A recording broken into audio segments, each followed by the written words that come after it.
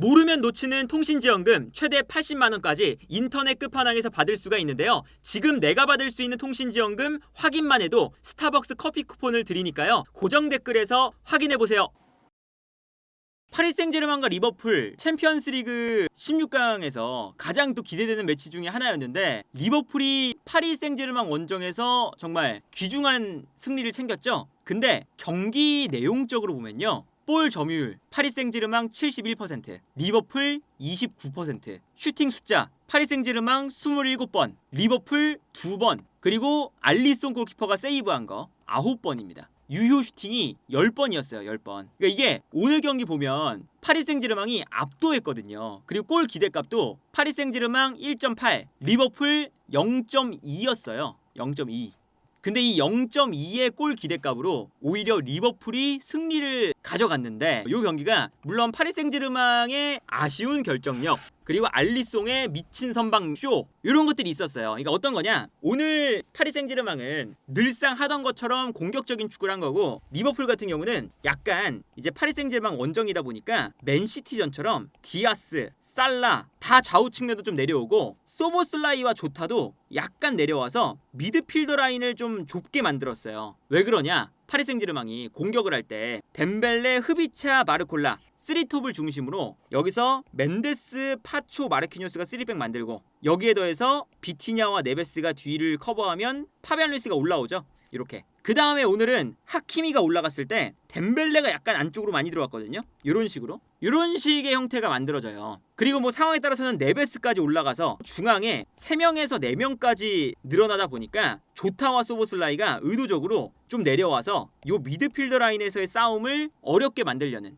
파리 생제르맹이 볼을 제대로 소유할 수 없게 만들려는 의도였죠. 그리고 이제 앞쪽에 있는 흐비차가 계속 내려오면서 공격을 풀어줄 거니까 의도적으로 맨시티전에 했던 그런 전략들을 오늘도 들고 나온 거거든요. 요게 그 리버풀의 수비 방식인데 수비할 때 보면 최후방에 포백이 서 있고 그리고 메갈리스터와 흐라운베르 2명의 미드필더가 있고요. 이때 조타와 소보슬라이가 내려와서 중원을 4명으로 만들어놔요. 그리고 살라와 디아스가 좌우 측면에 있다가 오히려 그 앞쪽 공간을 압박하는 선수들이 디아스와 살라죠. 그래서 이 장면도 결국에는 디아스가 가운데로 들어와서 압박을 할 때 소보슬라이와 조타는 내려가서 미드필더 라인을 촘촘하게 만들어주는 것을 볼 수가 있습니다. 그러니까 오늘은 이제 리버풀이 파리 생제르맹 원정이다 보니까 기본적으로는 선수비 후역습 요거를 일단 지켰던 거예요. 그런데 오늘 문제가 뭐였냐? 리버풀의 문제. 오늘 3톱이 자연스럽게 이게 파리 생제르맹도 약간의 리스크는 있거든요. 왜 그러냐? 이런 식으로 이제 3백이 되는 거잖아요.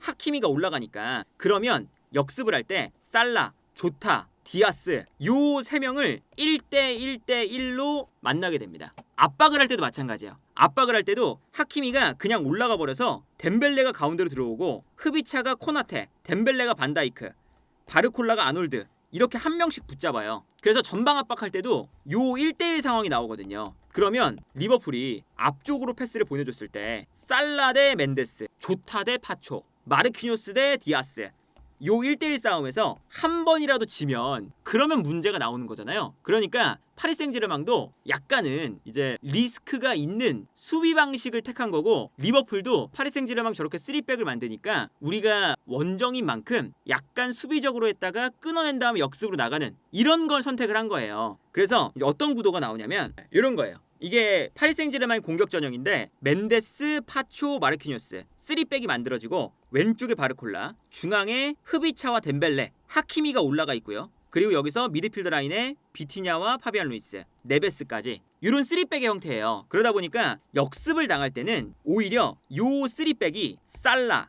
그리고 조타, 디아스 한 명을 그냥 1대1로 붙게 되는 거죠. 그래서 이 장면도 리버풀이 역습으로 나갈 때 수비에서 한 번에 뻥 차주고 디아스와 마르키뉴스의 스피드 경쟁이거든요. 여기서 이제 마르키뉴스가 승리를 거두면서 돈나룸마한테 패스하는 그러니까 이게 아무래도 파리 생제르맹이 1대1로 수비하는 게 약간 부담스러운 날이었어요. 그리고 여기서도 살라가 멘데스, 조타가 파초, 마르키뉴스가 디아스 1대1로 수비할 때 아놀드가 볼을 잡자마자 수비 성공한 다음에 뻥 찹니다. 그러면 여기서 조타가 파초랑 1대1 경합인데 여기서 파초를 이겨요. 그래서 파초를 돌파를 하니까 바로 수비가 무너집니다. 그리고 이 공간을 커버하러 마르키뉴스가 들어오면 반대편이 또 공간이 나는 거죠. 물론 여기서 이제 조타가 1대1 상황을 만들다가 마르키뉴스가 본인한테 끌려오니까 반대로 패스를 준다는 게 여기서 이제 끊겨버려서 제대로 디아스 쪽으로 흘러가지는 못했지만 요런 장면들이 나오는 거예요. 근데 어쨌든 파리 생제르맹의 요런 점들을 리버풀이 노렸는데 여기서 중요한 건 결국에는 득점을 만드는 살라죠. 늘상 이 살라의 역습을 할 때 이렇게 상대가 올라오는 순간 뒷공간으로 뻥 살라가 볼을 잡아서 결정력을 발휘해준다 이거였잖아요. 근데 오늘은 살라가 이번 시즌에 가장 못한 경기였어요. 이게 아무래도 그 라마단 얘기가 나올 수밖에 없는 게 최근에 라마단 기간이 시작됐잖아요.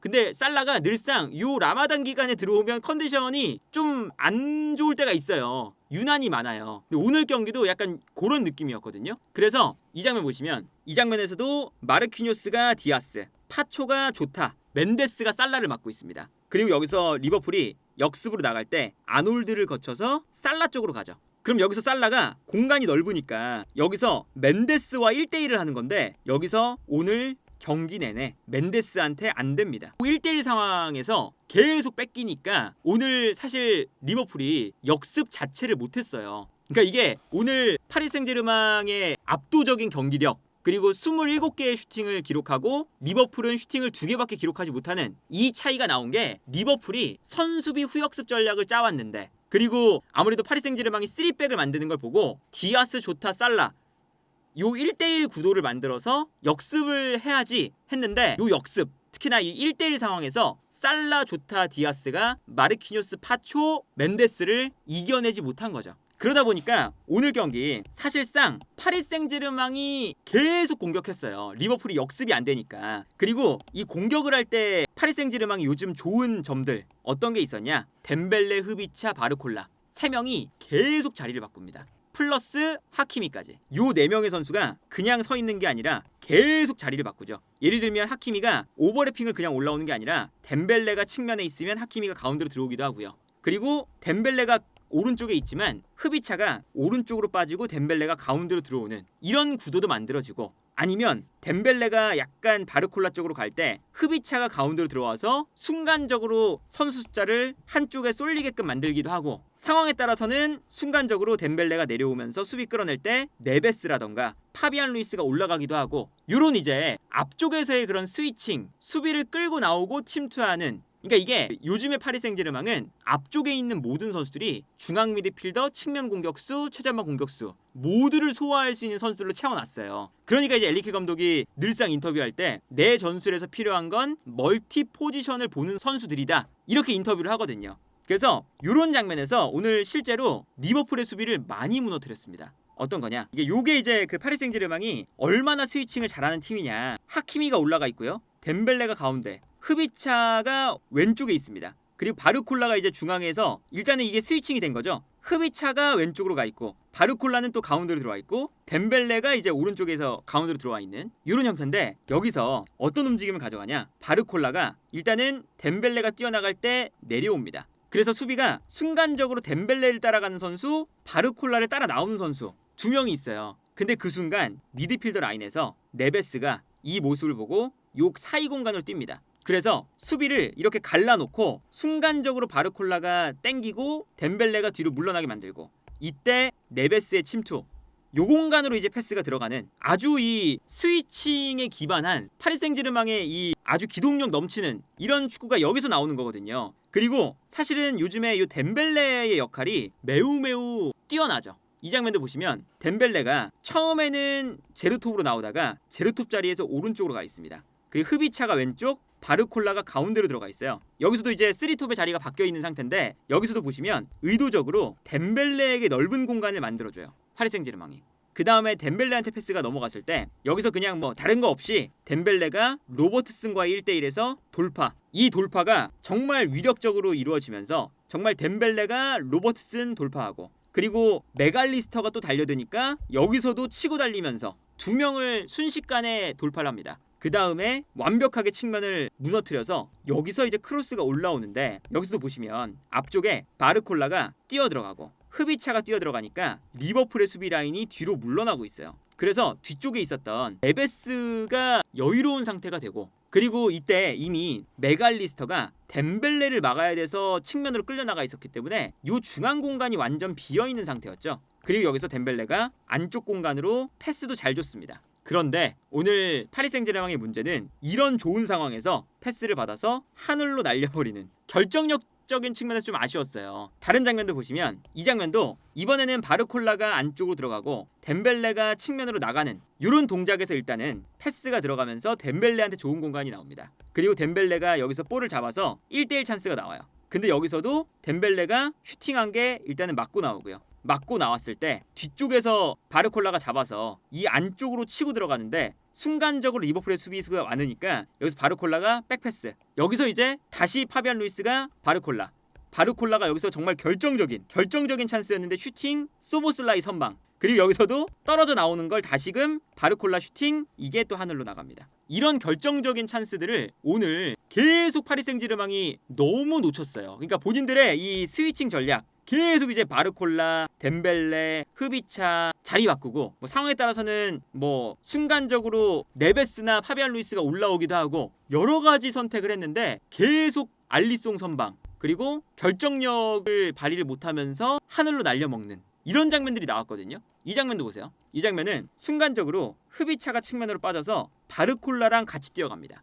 그리고 여기서 흐비차가 안쪽으로 드리블을 할 때 바르콜라가 측면으로 달려나가죠. 그러니까 수비가 바르콜라를 신경 쓸 때 흐비차가 과감하게 안쪽으로 들어가요. 그리고 들어가서 심지어는 슈팅을 하는데 파포스트를 보는 게 아니라 순간적으로 코나테의 가랑이 사이를 보면서 니어 포스트로 찹니다. 그러면 알리송이 당연하게도 흐비차가 접고 들어오니까 안쪽으로 무게중심이 쏠렸잖아요. 이때 흐비차가 역동작을 걸어서 슈팅을 하는 거거든요. 그런데 이거를 알리송이 막아요. 이 장면이었거든요. 흐비차가 끌고 들어가다가 니어 포스트로 찼는데 알리송이 무게중심을 왼쪽으로 가져가다가 흐비차의 슈팅을 보고 몸을 날립니다. 정말 말도 안 되는 이 반사신경으로 요 슈팅을 막아요. 이런 선방이 나오니까 오늘 파리 생제르맹이 정말 압도적인 경기를 했는데 세이브 9번, 유효 슈팅 9번을 알리송이 모두 막아버리는, 이 알리송이 사실은 오늘 경기는 리버풀이 역습이 안 되는 경기에서 거기서 알리송의 선방,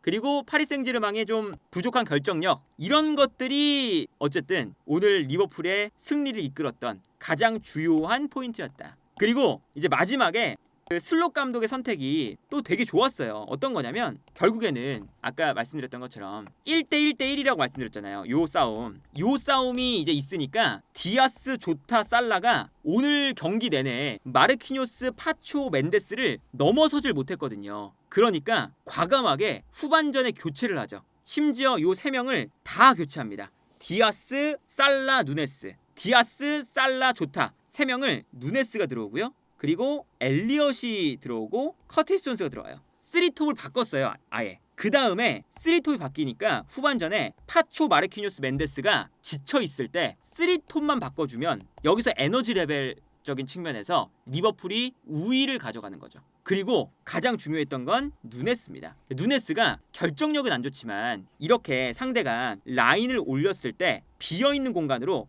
뻥 차주면 누네스의 이 피지컬, 에너지를 활용해서 수비수와 1대1 상황일 때 여기서 볼을 실제로 많이 가져와요. 그래서 예를 들면 최근에 있었던 아스톤빌라와의 경기, 이런 경기에서도 아스톤빌라가 올라오니까 누네스가 막 달려들어가면서 싸워주고 거기서 이제 볼 가져오고 그러면서 이제 기회들이 많이 나왔잖아요. 물론 누네스가 놓쳤지만 기회들을. 그런 걸 생각해보면 누네스의 투입이 오늘 아주 절묘하게 들어간 거죠. 정말 그 피지컬적인 원초적인 이런 플레이를 굉장히 잘하기 때문에 이런 1대1 구도에서는 누네스를 후반전에 에너지 레벨이 있을 때, 그리고 파리 생제르맹 에너지 레벨이 떨어질 때 절묘하게 슬롯 감독이 투입을 했다. 그래서 오늘 득점 나올 때 2번의 슈팅 중에 1번이 누네스가 들어간 다음에 나왔거든요. 되게 단순해요. 그리고 골이 어떤 거냐, 그냥 알리송이 볼을 잡고 있다가 뻥 차요, 앞쪽으로. 그리고 뻥 찼을 때 누네스가 뛰어가거든요. 근데 뛰어갈 때 누네스와 마르키뇨스의 경합인데 여기서 누네스가 이깁니다.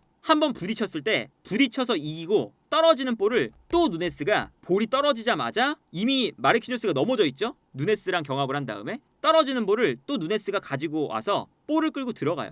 계속 이제 몸으로 부딪히면서 헤집어 놓는 거죠. 수비를. 공간이 많으니까. 그 다음에 여기서 누네스가 볼을 소유한 다음에 수비가 모두 누네스에게 쏠릴 때 교체로 들어온 엘리엇에게 내주면서 정말 단순하죠. 누네스, 엘리엇의 득점. 오늘 저 이제 살라, 디아스, 조타를 빼고 누네스, 커티스 존스, 엘리엇을 넣은 거. 그리고 특히나 누네스를 넣어서 저렇게 뻥 때려놓고 저기서 앞쪽에서 약간 파리 생제르맹의 기동력도 떨어지고 에너지 레벨이 떨어질 때 또 롱킥을 노렸던 거. 이게 주요했던 거죠. 이 장면도 알리송이 뻥 찹니다. 뻥 찼을 때 정말 이 뒤쪽에 하나 1대1 싸움이에요. 근데 여기서 누네스한테 또 가거든요. 근데 누네스가 여기서 마르키뇨스와 싸울 때 또 떨어지는 볼을 누네스가 빠르게 달려가서 공격적으로 부딪혀요. 부딪히니까 여기서 마르키뇨스가 밀립니다. 밀려서 누네스가 여기서 롱킥을 본인이 받아서 떨어뜨려 놓죠. 한 번의 패스로 이 넓은 공간에서 리버풀이 볼을 가져갈 수 있게끔 만들어 놓는 이 누네스의 투입,